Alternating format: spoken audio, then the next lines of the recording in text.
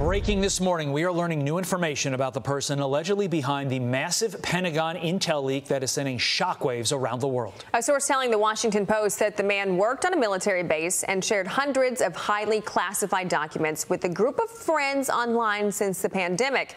Lucas Tomlinson is live in Washington with the latest. Good morning, Lucas. Good morning, Ashley and Todd. The man behind the leaks of this classified information, which has deeply embarrassed the United States, goes by the initials OG. That, according to a young man who claims to be his online friend who spoke to the Washington Post. He is not a Russian operative. He is not a Ukrainian operative. I'll go as far to say he's not even on the east side of the world. Any claims that he is a Russian operative or pro-Russian is categorically false. He is not interested in helping any foreign agencies with their attack on the U.S. or other countries. Even more documents have been discovered by the New York Times from that online gaming chat room, this time showing alleged infighting between Russia's Federal Security Service, accusing the Russian military of, quote, obfuscating Russian casualties in Ukraine. Now, after many lawmakers have called for more accountability for the billions of dollars of American weapons and ammunition that is poured into Ukraine, John Kirby acknowledged the following. There is a small U.S. military presence at the embassy in conjunction with the defense attaché's office to help us work on accountability of the material that is going in and out of Ukraine. The United States will not have troops fighting this war in Ukraine. While American authorities appear closer to catching the suspect behind the leaks, Hugh Hewitt says this should be the FBI's top priority. It's a disaster for the United States national security interests. I think at a minimum, the FBI should stop wasting its resources on investigating documents at Mike Pence's house and Joe Biden's house and Donald Trump's house and start finding the people in the Pentagon who are compromising America's national security. There's a priority imbalance here. Each day brings more revelations from those classified documents. Here's the latest. The Defense Intelligence Agency does not believe the war in Ukraine will end this year. Guys? Lucas, so much information. We appreciate it. Thank you. Let's bring in Fox News contributor Sara Carter. Sara, you heard Hugh Hewitt say it. The FBI should have this as their top priority, should get this guy, get him arrested. But somehow it seems the Washington Post is able to write the lengthiest story in the history of stories, yet our intel community is like, we don't have the guy and we don't have him yet, and he can continue putting out all this very, very damaging information. How is this happening, Sara?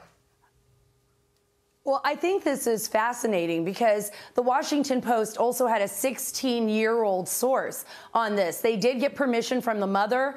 Apparently, they were all on the gaming system. They had met on Discord, the server, and they were actually becoming very close, tight-knit group. So there was actually more than just the 16-year-old. The FBI should already have its tentacles spread across the country and be gathering up this information. And by the way, Todd, they may already have. But I think what's really fascinating about all these stories and the fact that you talked about it being so lengthy is that it was so detailed. It was so detailed. These documents show a lot and expose a lot of our tactics, techniques, our procedures inside the intelligence community, and that is highly detrimental to the United States.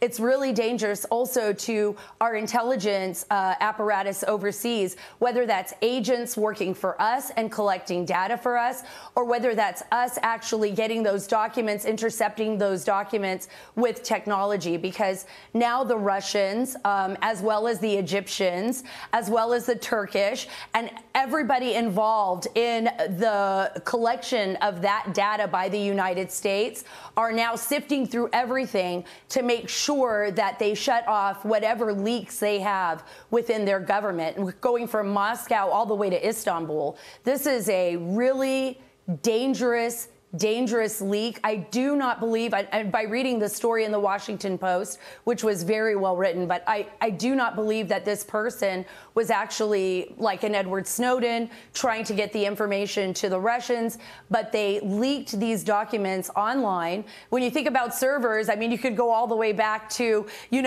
issues we had with Hillary Clinton servers and people saying that they could intercept documents. Well, this is how easy it is for documents to be intercepted, and the FBI actually failed here because and the military for that matter. They should have been able to see that these documents were being leaked. I don't know what the details are, but why weren't these documents flagged within their system? when the documents were moved from point A to point B? That's a huge question that I believe that reporters need to be asking, is how come these documents weren't flagged? And remember, here's the FBI investigating parents in Loudoun County for possibly being, domestic terrorists or going to church, to Catholic churches at Latin masses. So I'm very interested why they weren't able, at least the Russia desk, why the Russia desk fell so far behind on this, and why our DIA now, our Defense Intelligence Agency, and probably our CIA is compromised because of these leaks. We could be losing so much in the future. And you use the key word dangerous. American lives are on the line. People could die because of this.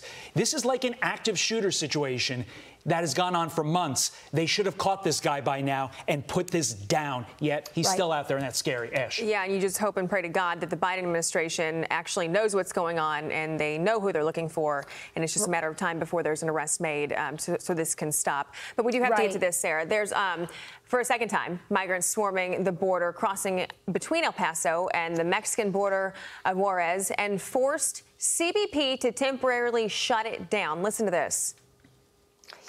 We heard that they will let Venezuelans in, that people crossing illegally will be submitted to a credible fear screening, and if they have a valid asylum process, they will be able to enter the United States. We're waiting for more information. Here they say this is false and that we have to go back. I've been since October in this journey, and I haven't been able to access it. My only question is, where in the world is Mayorkas? Right. Well, he's not there. He's kind of retired on the job, according to Border Patrol agents and officials within the DHS that I've spoken to. It's really disheartening to see that.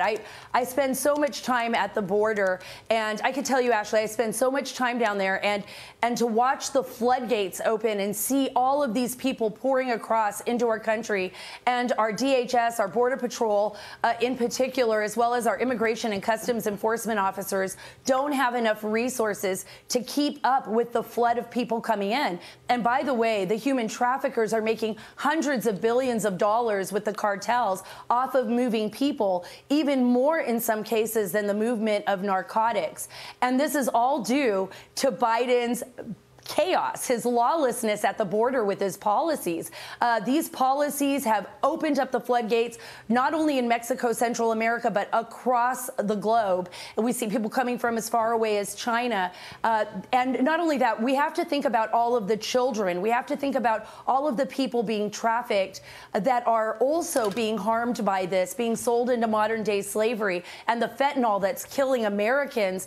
And it's just one problem on top of the other. That's why I wrote joining the amazing club, Awesome Sauce for Kids and Parents, believe it or not. I realize that this is such a tough topic to talk to even my children about.